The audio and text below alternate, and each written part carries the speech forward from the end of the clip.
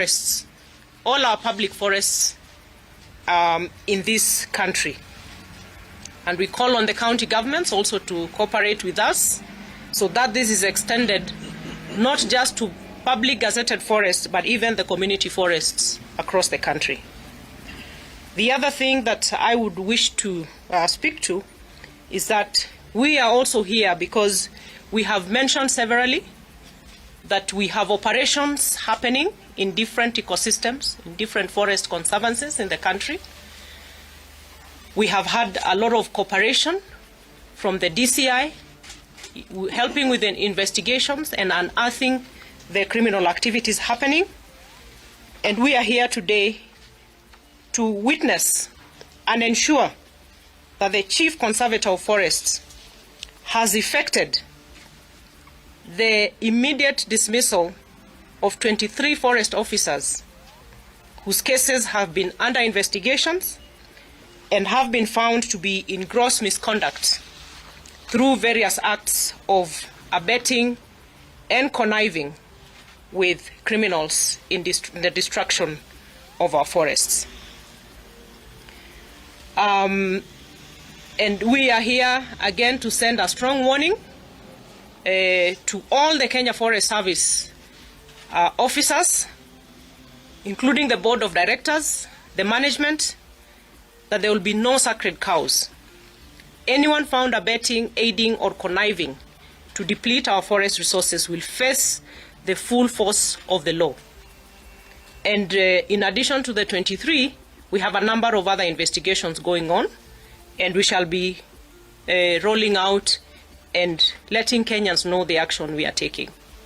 As a ministry, we are implementing the National Landscape and Ecosystem Restoration Program towards the growing of 15 billion trees, and it will be a zero-sum game if on the one hand we claim to be planting 15 billion trees, while on the other hand we cannot protect and conserve that which we already have. We have, in this short rain period, set a national tree growing target of 5 million trees by the time it is Christmas. 500 million. Actually, it's 500 million. And we are hoping that the rains will come in a consistent fashion as we go towards realizing this target. Later this afternoon, the Principal Secretary in charge of Forestry will be leading delegates who are attending a National Landscape and Ecosystem Forum in Nairobi to plant trees at the City Park as we, in anticipation of the rains, kickstart the short rains campaign, both as a ministry and as a country. We have divided the interventions for the 15 billion trees by both ecosystem and intervention area. Green spaces and urban forests such as Karura, City Park, the Arboretum are therefore part of the intervention areas that we are targeting because of the way they help deal with pollution in our cities and urban areas. The short range plan is going to cover all parts of the country and is taking a whole of government approach, whole of society approach. The forest rangers that were part of the pass out parade or ceremony that we did yesterday will be coming in very handy to help with enforcement activities around our forests, protecting us from all the illegal activities that have become very rampant. And we truly appreciate the leadership that His Excellency the President has taken, and also a demonstration of his serious leadership, that he is not only on the global map pressing and pushing for climate justice, but that even at home he is taking the front line to ensure that our forestry sector, our environmental conservation is getting the support that we need. The pass out parade will really come to boost the enforcement activities within the Kenya Forest Service. And as we appreciate that gesture from His Excellency to support the sector, we hope that as we go on, we will continue to get support so that we can meet the full Kenya Forest Service staff establishment, which is still short of what it should be.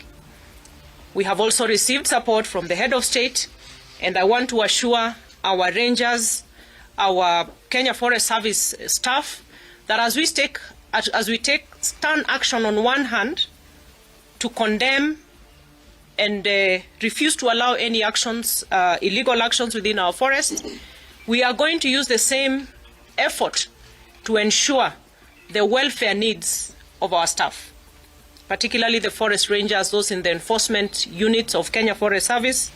The housing is a challenge, and we are going to look into it.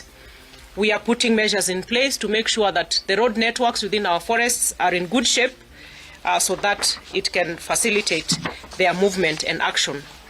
It is at this point that I would like to conclude, but I say again to all our foresters, members of the board of Kenya Forest Service, please know you are trustees of our public forests, and please do that which is expected by the law.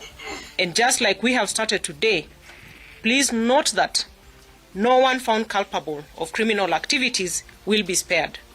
I wish you all the very best as we engage in the mission 15 billion trees by 2032, and let us lead the nation in the correct way to help us achieve sustainable development and combat climate change. Thank you. Thank you very much, Waziri.